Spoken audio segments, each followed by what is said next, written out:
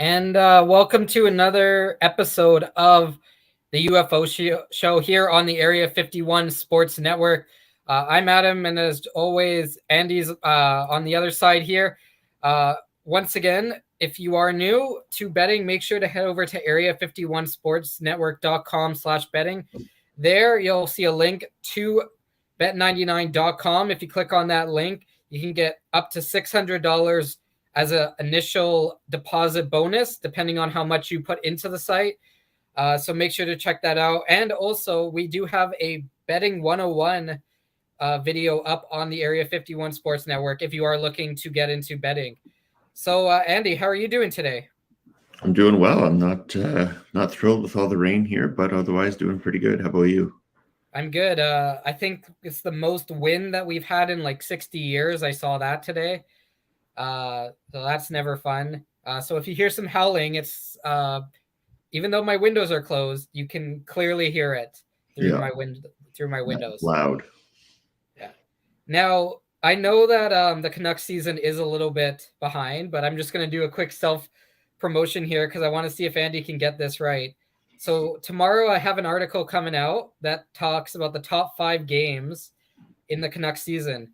So Andy, let's see if you can get the top 3. The Halak win in Colorado. Comeback versus Columbus. I think it was like Bruce's 4th game when they're down 3-0. And the Rangers OT win at home. So the only one that made the list is Columbus. The Columbus win, and it was 3rd on the list. There. Was the Pittsburgh Penguins game number 1?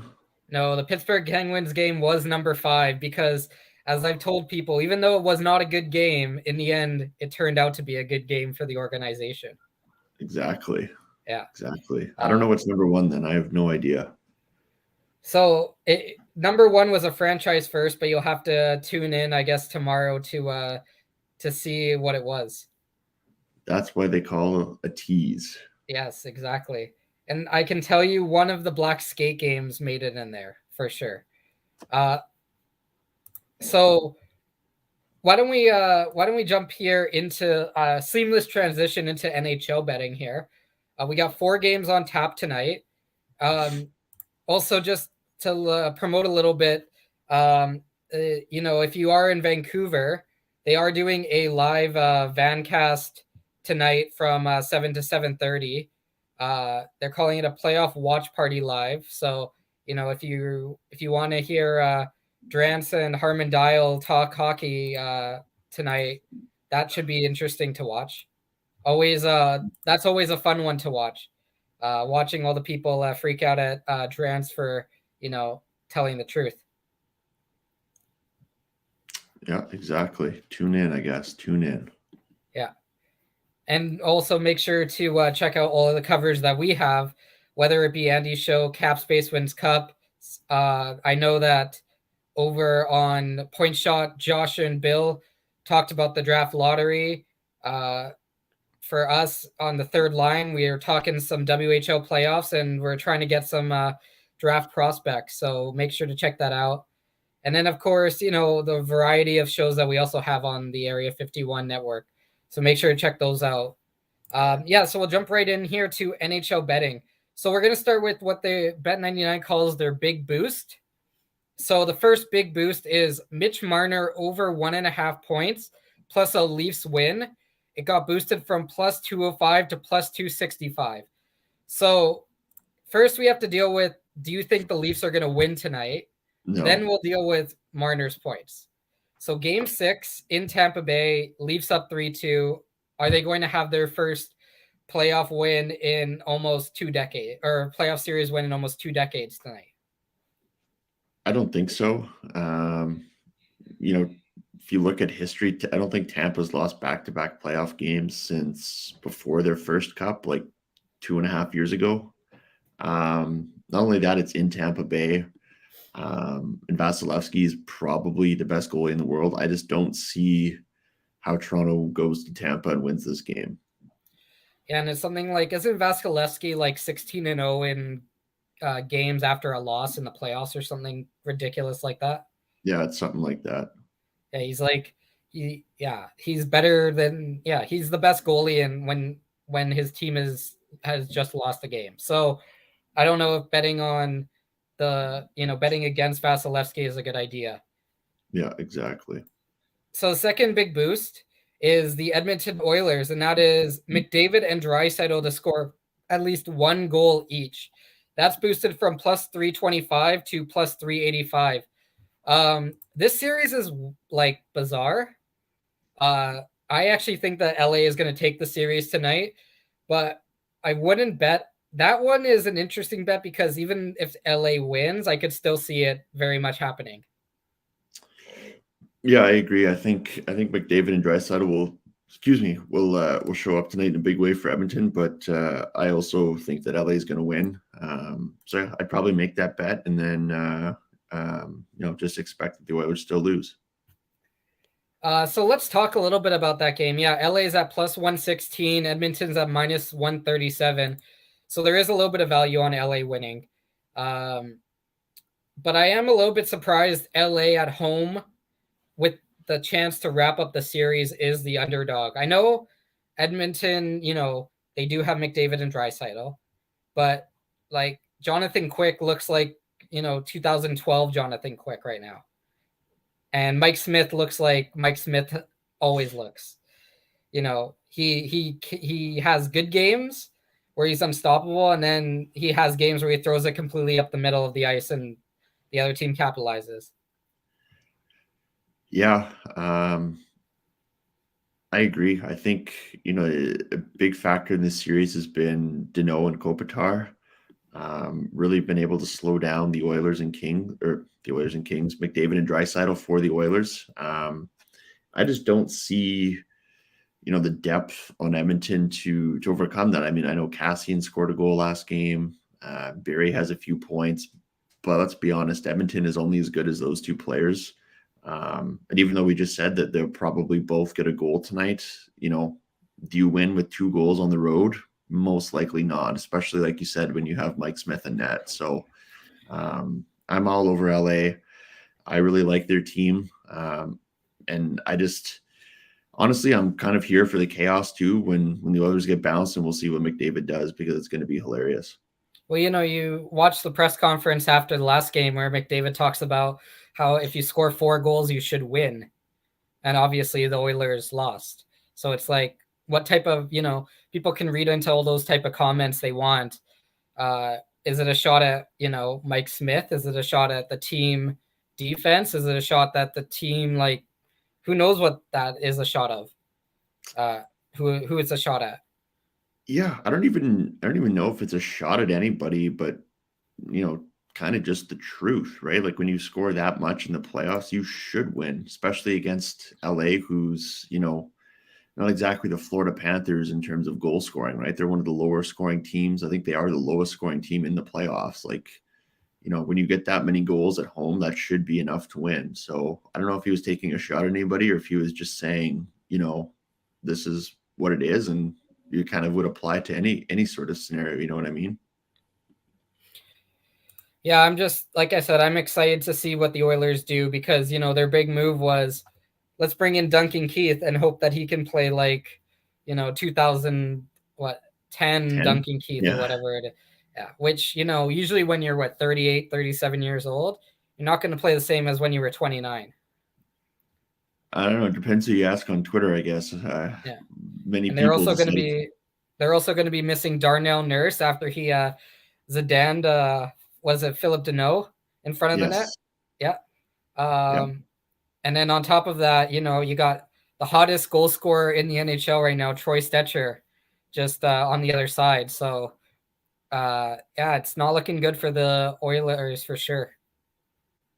Yeah. I mean, Troy Stetcher's been a nice surprise. I don't think anybody expects him to score a goal a game in the playoffs, but like you mentioned, for the Oilers losing their best defenseman in Darnell Nurse, that's huge, right? So when you factor in the, let's say questionable goaltending of Mike Smith, I mean, he's been decent overall in this series, but he's still Mike Smith. You don't have your number one defenseman. You have a lack of scoring depth up front, and you're in Los Angeles. I just don't see how Edmonton wins this. I mean, maybe we'll be wrong, and Edmonton comes out and blows the doors 6-0 or something. But I think it's LA's game to lose. So we're not really going to talk about the Wild and Blues because that is, from a betting perspective, basically a toss-up. You don't really get anything depending on Either who you way. bet for on the money line or anything. Over 6.5 goals, I think maybe a 4-3 game does make a lot of sense in this one, or a 7-goal game does make sense just based off of how they're doing that series so far. But Marc-Andre Fleury not in net for Minnesota, which is I guess surprising, but because of all that experience, they're going with Cam Talbot, who former Oiler we know has struggled a little bit in the playoffs. Yeah. The other thing to remember when you're betting on these puck lines is that Minnesota's down 3-2, right? So they lose the game by 1 goal or 7 goals, it doesn't make any difference to them. They're out of the playoffs, right? So, if they're down 2 or 3 goals, I could see them pulling their goalie again and just going for it, right? So, the game might be like a 2-1 game, with 3 minutes to go, and it might end up finishing like 4 or 5-1, right? Just because of those empty net goals. So, personally, I like to stay away from the over-unders in these elimination games because you never know how many empty net goals you'll get. And like you said, Cam Talbot starting tonight. I don't think he's played yet these playoffs. He did have a pretty strong regular season, but he's now had week and a half, week off at least between games. I wonder if there's some rust, and if a sort of a soft goal goes in early, what that does to the rest of the Wild team. Yeah, so let's that one will be interesting for sure to watch. Let's quickly jump over here to the association where we have a couple of elimination games. We'll start out with the Suns versus the Mavericks. The Miami versus Phoenix game is just about to start. I know that Miami is favored in that game to take the series, but we don't have the bet lines on there because they are locked as the game gets started. But Phoenix versus Dallas, Dallas plus 105, Phoenix minus 130. The Suns have a chance to close out the series, but you got to give credit to the Mavericks. Like this, I don't think many people thought that this series was going to go 6 games, but with Luka dominating like he is, I think that this is a very good chance to bet on the Mavericks and make some money because I think that they are going to pull out the win in Game 6 at home.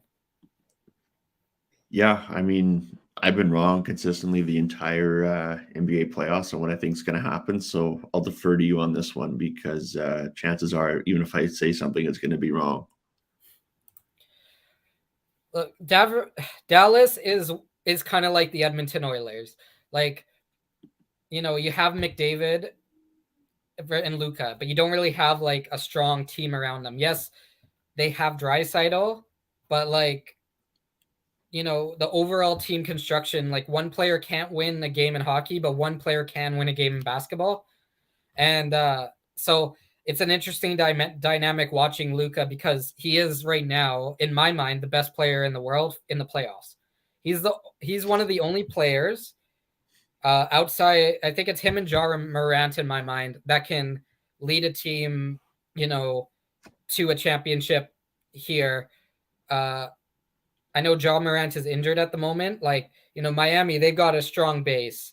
I like Philadelphia, as much as we talk about Joel Embiid, they do have James Harden there. Like, James Harden is a former All-Star. Talk about Phoenix, you got Chris Paul, Devin Booker, DeAndre Ayton there. Golden State, Steph Curry, Klay Thompson, like that's just the power. Like that is a powerhouse team. And then Milwaukee, we all know Giannis. He's a player that can lead kind of the team on his back as well. But you got other guys there as well. And then Boston is kind of like that team that it has Jason Tatum, it has Marcus Smart, but they have kind of like their team is kind of above average, which is a dangerous team in the playoffs because even if you're subbing in your bench, it's not like it's not like Philadelphia, which on Trust the Process and Van Slam, Jordan Bowman always talks about like putting like the concern about putting the bench in Philadelphia. So that's an interesting series to watch because if Luka's on, it is very, very hard to stop him. I agree. Mm-hmm. So we also, there's a lot to bet this weekend. You got the Brian Nelson 2022. So the AT&T Brian Nelson 2022 Golf Championship, if you want to put some bet on there.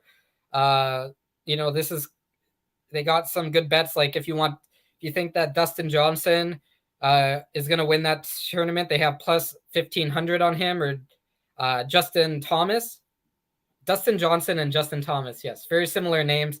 Plus 1,700 there. Sebastian Muniz is at plus 300. So, there are some good bets for there right now. Now, there is an interesting new customer bet. So if you do log on to Bet99 in the next 10 minutes, you can get plus 9,800 odds on Austin Matthews and McDavid to each score a goal. So what do you think of that bet? I like it. I mean, the odds are good. Matthews scored 60 goals in the regular season. You have to figure at some point he shows up here. And as we just discussed, I think McDavid's going to have a big game tonight. So both those guys to score doesn't seem unreasonable. And plus 9,800, so almost plus 10,000. Like that's really good return. So I would be running to make that bet. Yeah, it looks like it's for people who have not signed up yet. So make sure to, you got about 10 minutes to make your secondary account or whatever you're doing on Bet99 to cash in on that one. Mm-hmm. So let's jump over to your expertise here. We got a couple games that haven't started yet in baseball. First is Texas Rangers at Kansas City Royals. Royals are favored. You got Jonathan Heasley on the mound for Kansas City, and then Taylor Hearn for the Rangers. Where are you going?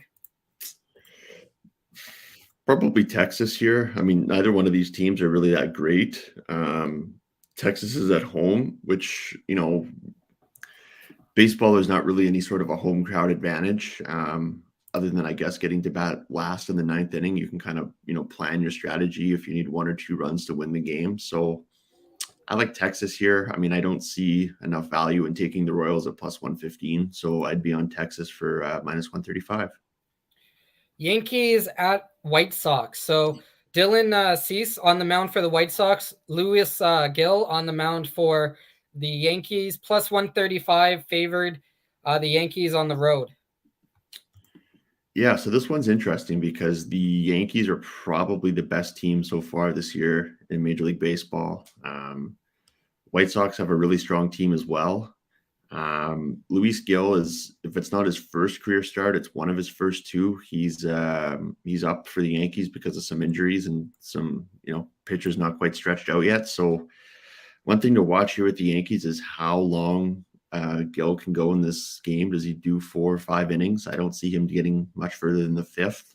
That said, I do like the Yankees in their lineup. So plus 135 for the Yankees on the road seems like a good bet to me.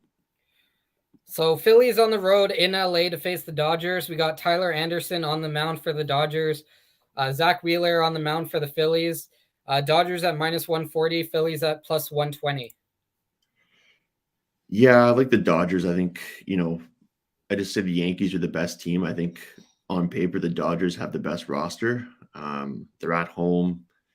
Tyler Anderson isn't a great pitcher, but he's not terrible. Don't overthink this one. Just put your money on the Dodgers. They're the better team. They should win.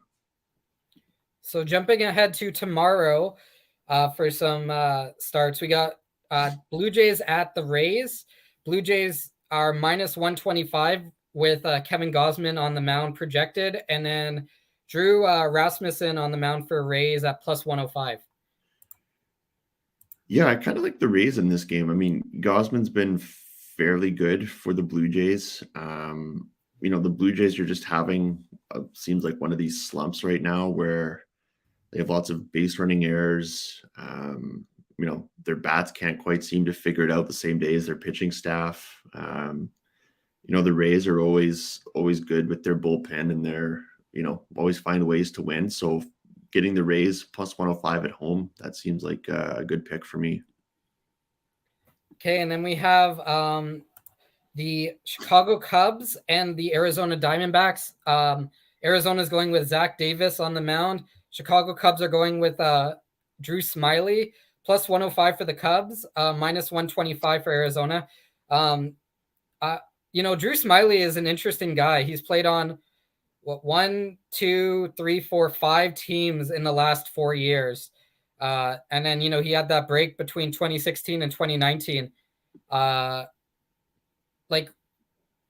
He's one of these guys that for whatever reason, even if you don't follow baseball, you've probably heard his name before. Yeah, he's I'm just trying to look up how many innings he's pitched this year. I think this is his first start. It's his third start this year. Start? Okay. Yeah. Third start this year. Again, one of these guys who hasn't been great. I mean, he's got 23 and 2/3 innings pitched in 5 games. So, he's averaging like 4 innings a game, which isn't great. The Cubs offense has been a complete mess this year. They have tons of questions at basically every position. Nico Horner is out. I don't think he's going to play again tomorrow. He's probably their best overall player this year. Diamondbacks are at home. They're the better team, I think, right now. I would just take the Diamondbacks.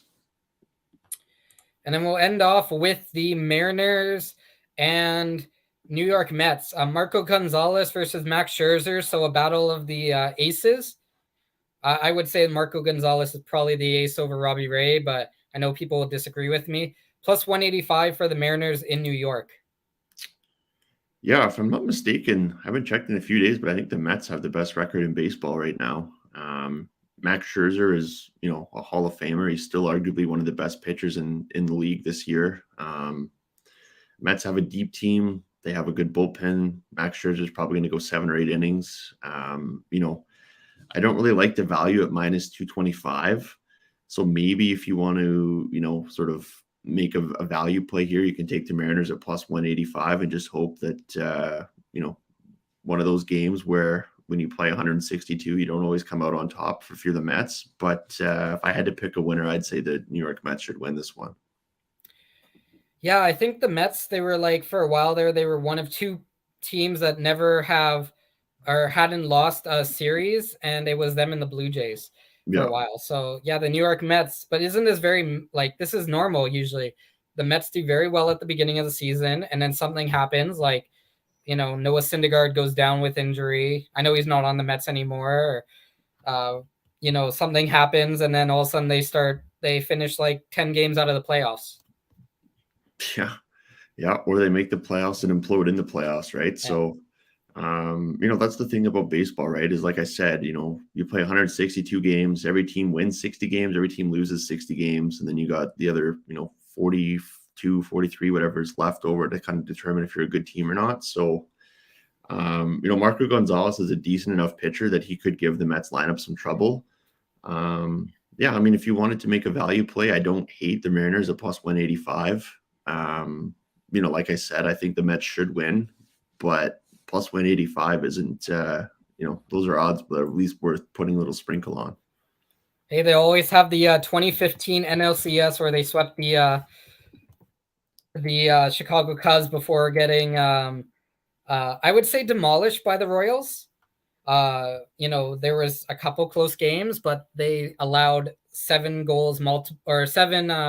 runs multiple times, and then 7 runs twice, 5 runs twice. So yeah, I don't know. I would say that might be a little bit of an unbalanced World Series. Yeah, just a bit. I mean, that Royals team was stacked isn't the right word, but they had everything going for them. They had all of their best players kind of on their final year before free agency. They got really good pitching. They were kind of built to win that year, and they did. Mets are, like I said, have the best record in baseball this year, and they're built to win right now. So again, could go either way. That's the thing about baseball. It's, kind of makes it hard to bet on sometimes because, like I said, you're going to get these weird outcomes where, a team like Cincinnati who has like 5 wins the whole year beats the Dodgers 1 game, right? Because it's just sort of the odds are that's eventually going to happen, right? So be interesting. I mean, Mariners plus 185 if you like to, make a long shot and try to get lucky. It's not a bad bet. Okay, I guess that will do it for this week's episode of the UFO Show. Make sure to head over to area51sportsnetwork.com/betting. There you can find the link to Area 51 where you can get that $600 initial deposit depending on how much you put into the website. And then I guess we'll talk to you guys again next week. For Andy, I'm Adam, and thank you again for watching this week's episode of the UFO Show.